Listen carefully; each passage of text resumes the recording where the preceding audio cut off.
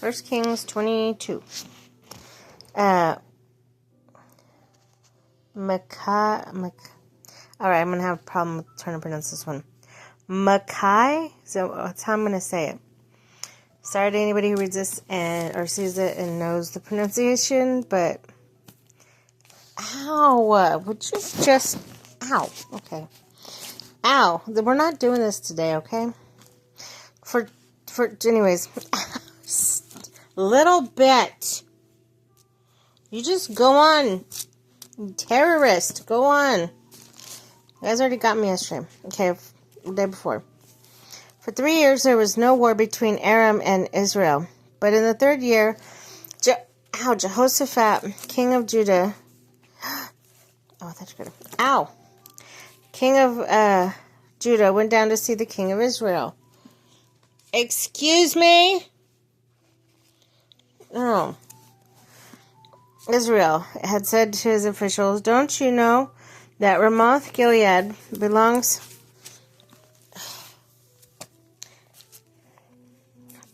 Ow! You know what? Hold on. Okay. Let's try this again. Okay.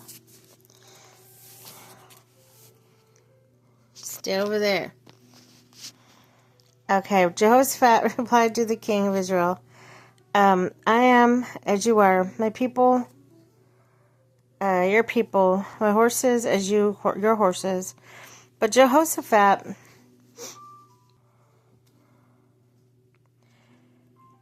also said to the king of Israel, "First seek the counsel of the Lord." So the king of Israel brought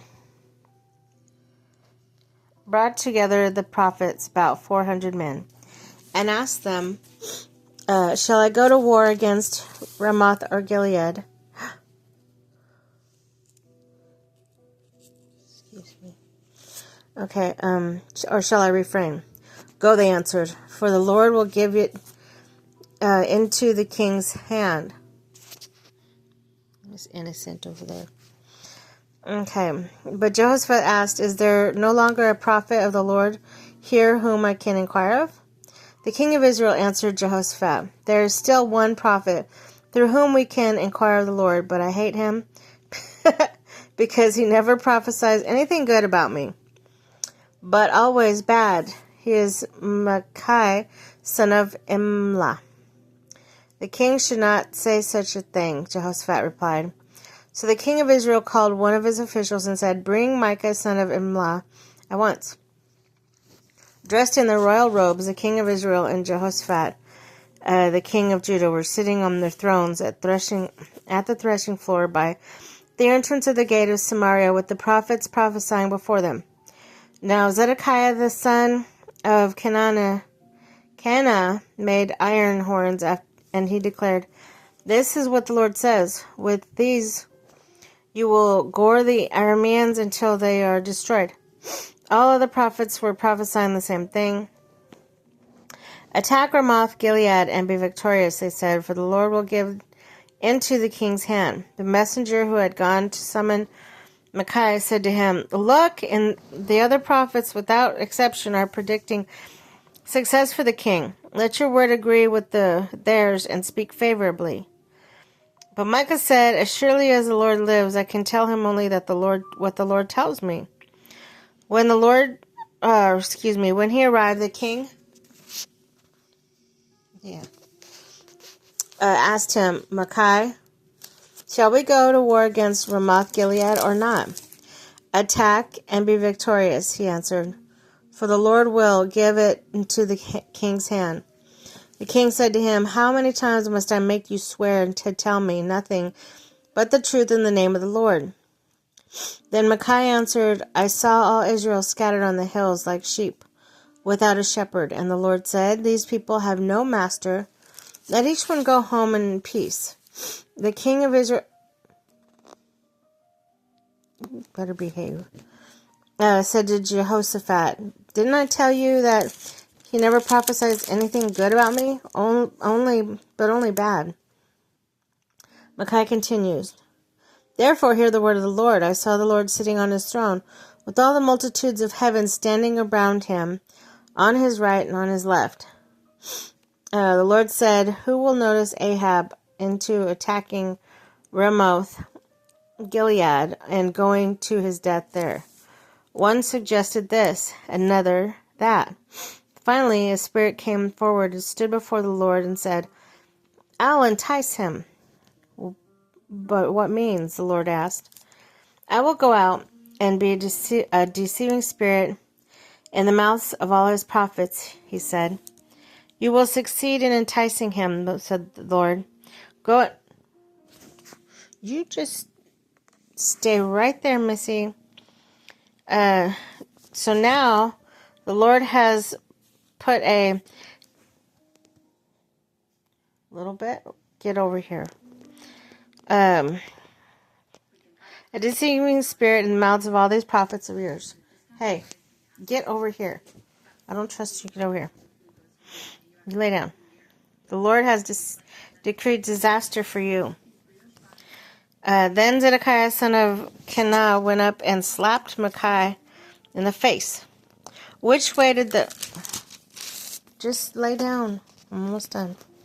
Spirit from the Lord go, and when he went from me to speak to you. All right. He asked. Micaiah replied, Did you find on the day you go hide in an inner room? The king of Israel then ordered Micaiah to send him back to Amon, the ruler of the city, to Joash, the king's son, and say, This is what the king says.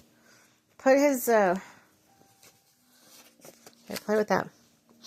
Okay. And among the ruler of the city to his Joash, this king's son, and say, This is what the king says. Put this fellow in prison and give him nothing but bread and water until I Stop. Normalize you not attacking me. Mark my words, all you people.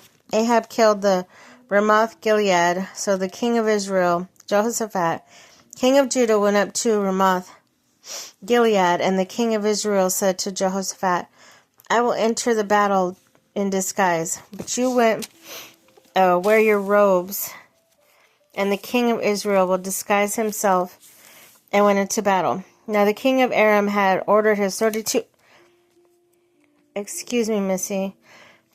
chariots commanders, do not fight with anyone small or great, except the king of Israel. When the chariot commanders saw Jehoshaphat, they thought, surely this is...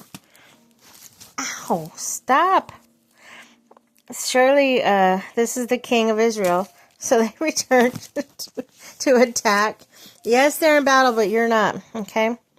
To attack him. But when Jehoshaphat cried out, the chariot commanders, go on, brat.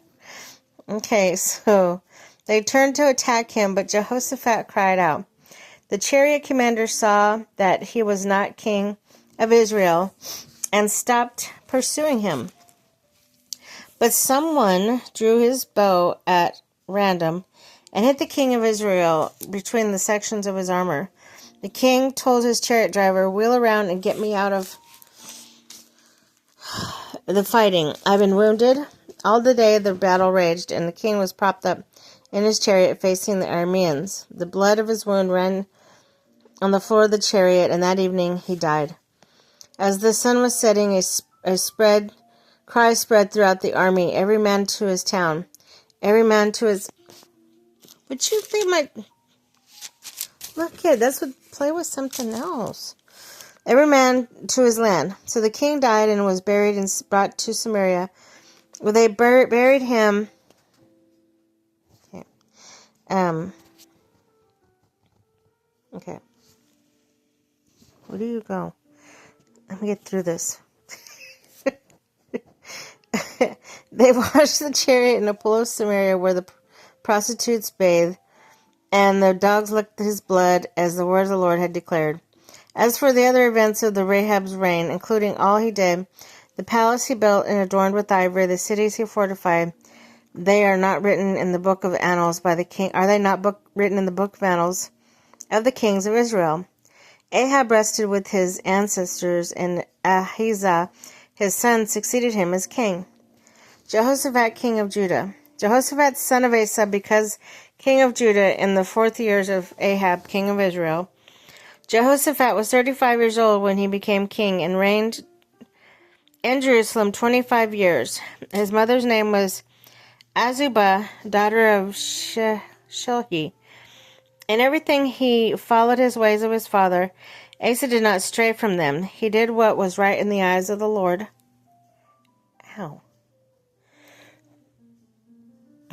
And the high places, however, were not removed.